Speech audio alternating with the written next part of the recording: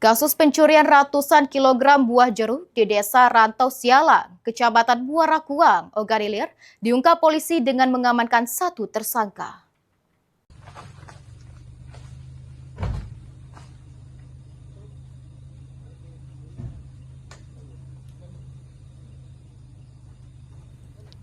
Seorang petani berinisial E, 40 tahun, warga Desa Rantau Sialang, Kecamatan Muara Kuang, Kabupaten Ogan Ilir, ditangkap polisi karena diduga terlibat aksi pencurian buah jeruk milik warga.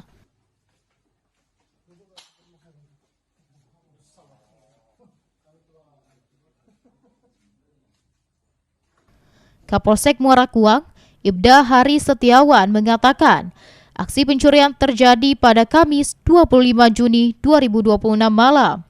Tersangka diduga bersama dua rekannya masuk ke kebun jeruk milik korban dan mengambil sekitar 700 kg buah jeruk.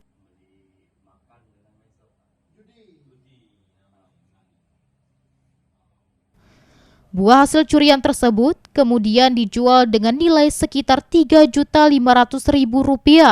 Kepada penyidik, tersangka mengaku uang hasil penjualan digunakan untuk bermain judi online.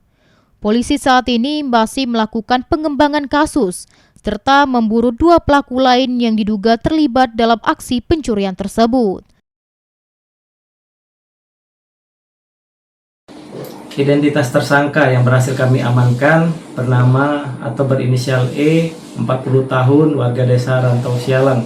Dengan barang bukti yang berhasil kami amankan, satu unit sepeda motor yang digunakan pelaku untuk membawa hasil curian, 2 buah karung, dan beberapa kilo jeruk yang belum terjual. Untuk pasal yang kita kenakan yaitu pasal 477 ayat 1 huruf G KUH Pidana dengan ancaman hukuman selama 7 tahun penjara. Ahmad Romawi, PAL TV.